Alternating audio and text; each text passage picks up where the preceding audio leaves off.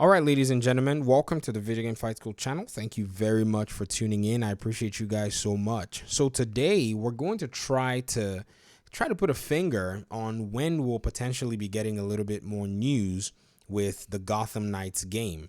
Now, the only thing that you can do in a scenario like this is you want to follow with the old patterns. And when I say with the old patterns, I'm talking about, following with the way that Warner Brothers has done things in the past.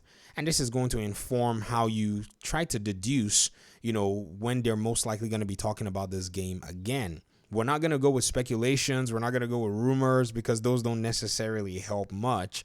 But what you can go with is you can go with past trends. And for a significant part, you're going to be on the mark or close to the mark because for the developers to have picked these particular timelines, they understand what the benefits are for them when it comes to market, exposure of their product. So that's basically what we're going. So we've let all their market researchers and their financial analysts do all the hard work, and we're just piggybacking off of that. So if you were to look at, say, what the whole world is looking like right now, it's a very different place. A lot of events are not holding. If anything is holding, they are, those events are going to be being held, online or via live stream or chat or whatever it is. And so this is the way that a lot of information is being delivered. Now, this means, though, that no reveal of any sort that they want to actually do will be delayed or hampered. They can still go ahead and do it anyways, if you get what I mean. But then you also have to think about official channels that they've used in the past. I remember when we were first speculating what, this game will be or when it will be released, everybody waited all through 2018, talked about the Game Informer possibility, and then we waited 2019 and talked about it too, and then we waited 2020 and we got nothing.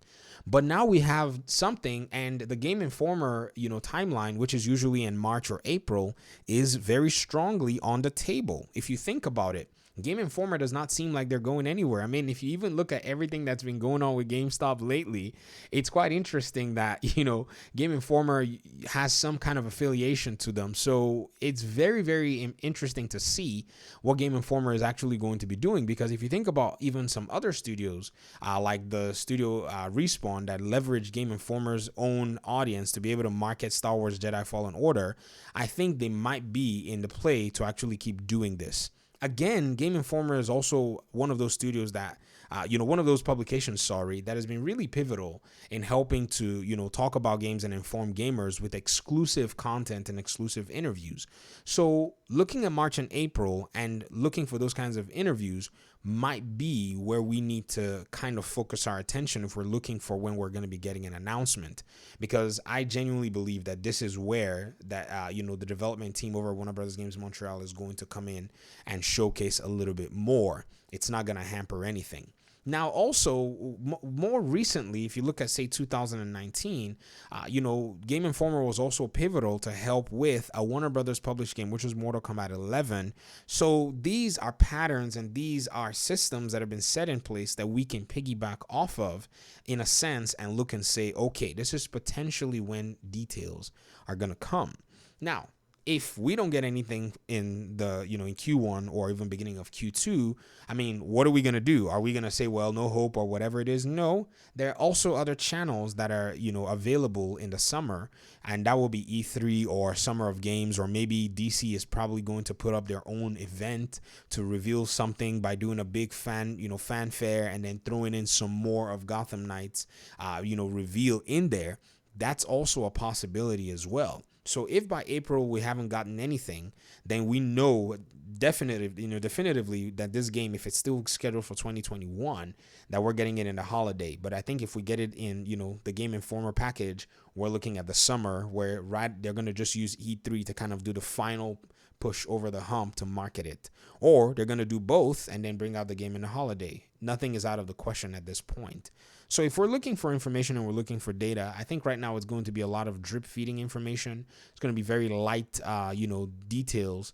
But at the end of the day, those are the things that we need to be looking forward to when it comes to when we're going to be getting any details from this particular game and, the development team.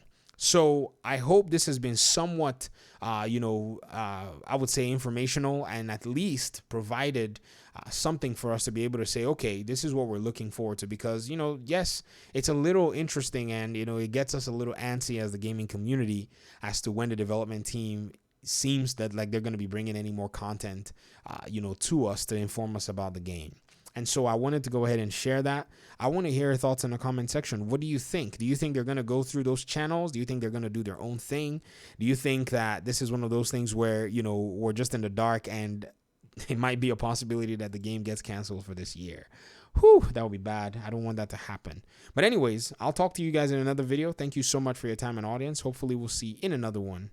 Peace out.